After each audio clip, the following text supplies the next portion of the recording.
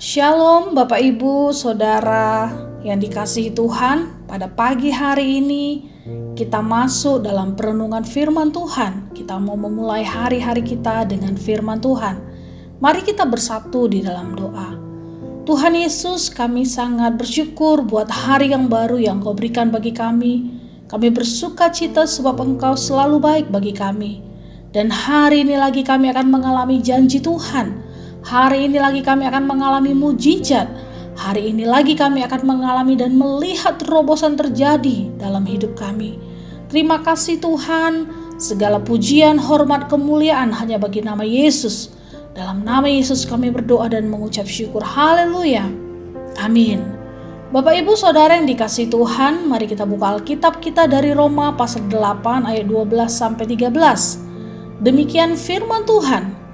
Jadi, saudara-saudara, kita adalah orang berhutang, tetapi bukan kepada daging, supaya hidup menurut daging. Sebab jika kamu hidup menurut daging, kamu akan mati. Tetapi jika oleh roh kamu mematikan perbuatan-perbuatan tubuhmu, kamu akan hidup. Menyalibkan merupakan kata kerja, sehingga menyalibkan dapat menyatakan suatu tindakan, keberadaan, pengalaman, atau pengertian lainnya. Sementara arti kata keinginan adalah hasrat, kehendak, harapan. Jadi arti menyalibkan keinginan adalah tindakan untuk mematikan segala hasrat dan kehendak daging. Perjanjian baru menunjukkan bahwa sebuah pelanggaran atau sebuah dosa terjadi bukan hanya setelah dilakukan secara fisik, tetapi keinginan yang tidak proporsional sudah dapat mengkondisikan dosa.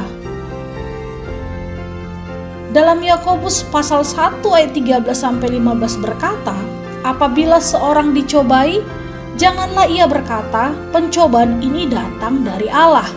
Sebab Allah tidak dapat dicobai oleh yang jahat, dan ia sendiri tidak mencobai siapapun.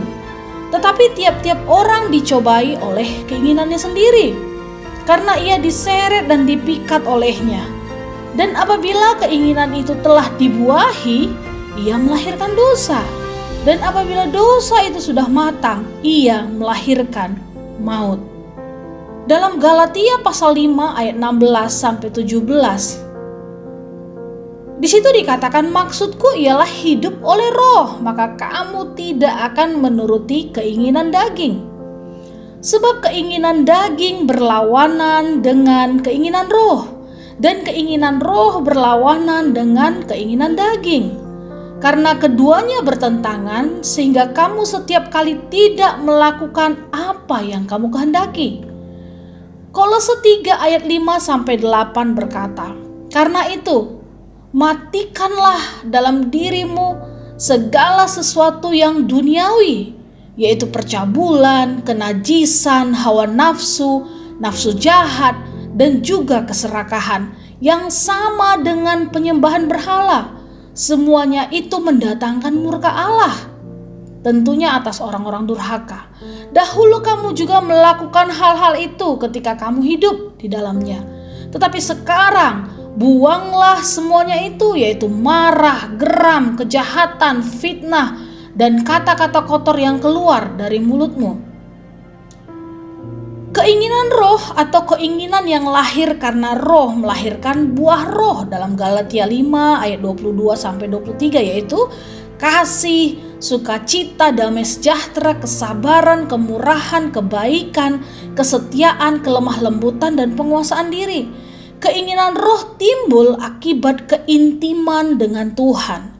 Oleh karena itu tidak ada hukum apapun yang menentang keinginan roh. Oleh karena itu Bapak Ibu, mari kita bergaul karib dengan Tuhan, bangun hubungan secara pribadi dengan Allah, bergaul intim dengan Tuhan.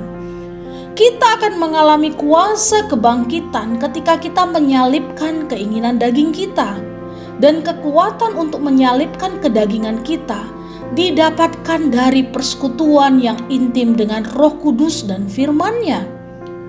Jika kita rindu mengalami kebangkitan dan kemenangan dalam seluruh aspek kehidupan, tidak bisa tidak, kita harus mau belajar menyalipkan keinginan daging, supaya setiap kita sungguh-sungguh bisa mengalami kuasa kebangkitan Kristus yang luar biasa.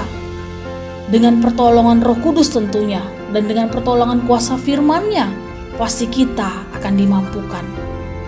Apa yang menjadi kerinduan kudus kita untuk kita menghasilkan buah-buah roh dengan pertolongan Roh Kudus dan pertolongan firman-Nya, maka Tuhan akan memampukan kita.